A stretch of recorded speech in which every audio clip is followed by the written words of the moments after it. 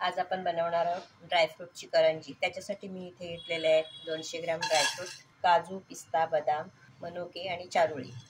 व्यवस्थित गरम करून घ्यायचे आहेत। मीडियम टू लो फ्लेमवरती 2 ते 3 मिनिटं व्यवस्थित भाजून घेतलेले आहेत। आता आपण एका भांड्यामध्ये काढून घेणार आहोत। इथे मी 100 ग्रॅम खसखस आणि सफेद तीळ घेतलेले आहेत। ते पण ह्याच्यामध्ये काही सेकंद परतवून घ्यायचे आहेत। तीळ मी भाजलेलेच आहेत, थोडेसे गरम करून घ्यायचे। सफेद तीळ आणि खसखस सुद्धा भाजून झालेली आहे, आपण ते सुद्धा काढून घेऊया।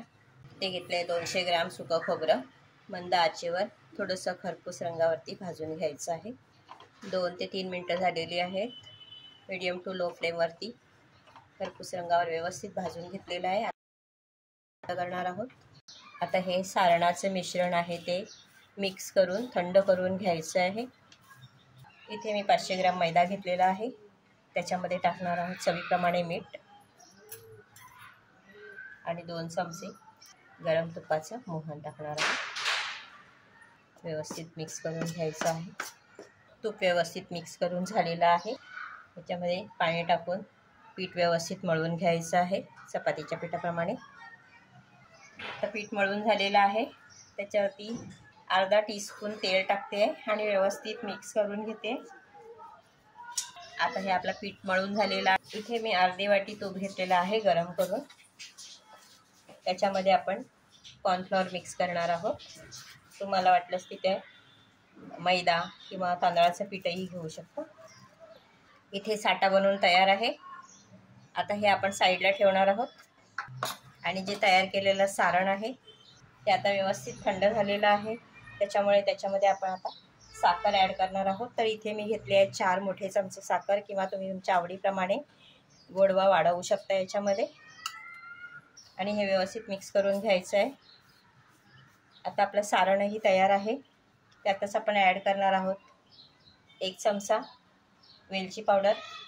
पीठ व्यवस्थित सेट झालेलं आहे। आता आपण ह्याच्या गोळ्या करून चपात्या लाटून घेणार आहोत। अशा पद्धतीने पातळ चपात्या लाटून घेणार आहोत। इथे आपण ह्या चपात्या लाटून घेतलेल्या आहेत, त्याच्यावरती आपण आता साठा लावणार आहोत। ते साठा सुद्धा घट्ट झालेला आहे।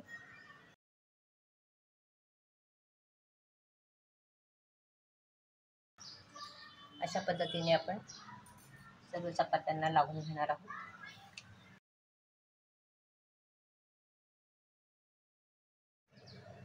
इथे मी 4 चपात्या एकावर एक ठेवलेल्या आहेत आणि साठा लावलेला आहे। प्रत्येक चपातीला साठा लावलेला आहे। आता हे आपण फोल्ड करून घेणार आहोत। व्यवस्थित ह्याचा रोल करायचा आहे घट्टसर, गॅप राहता कामा नये।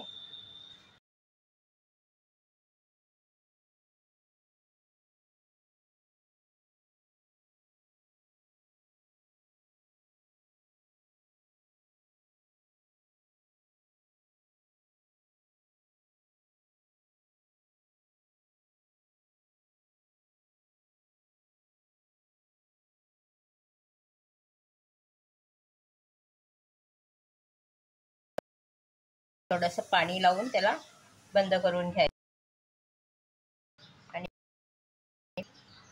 काट्याच्या सहाय्याने अशा पद्धतीने डिझाईन करायची, किंवा तुमच्या तर साच्यामध्ये ठेवून अशा पद्धतीने करंजी बनवून तयार आहे। अशाच करंजी आपण अनेक बनवून घेणार आहोत। पाहूया आपण, तूप छान गरम झालेलं आहे। आता मध्यम आचेवरती आपण हे तळून घेणार आहोत।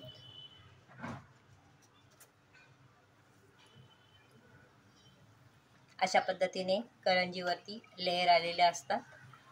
करंजी एक बॅच तळण्यासाठी आपल्याला 2 ते 3 मिनिटं लागतात। या करंज्या मी मीडियम टू लो फ्लेमवरती तळून घेतलेल्या आहेत।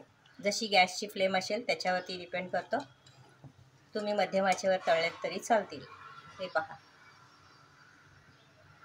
अशाच पद्धतीने आपण सर्व करंज्या बनवून घेणार आहोत। अशा पद्धतीने कुरकुरीत आणि खुसखुशीत अशा करंज्या बनवून तयार आहेत। तर ह्या नक्की ट्राय करा। आवडल्यास लाईक शेअर सबस्क्राईब करा, कमेंट करायला विसरू नका। धन्यवाद।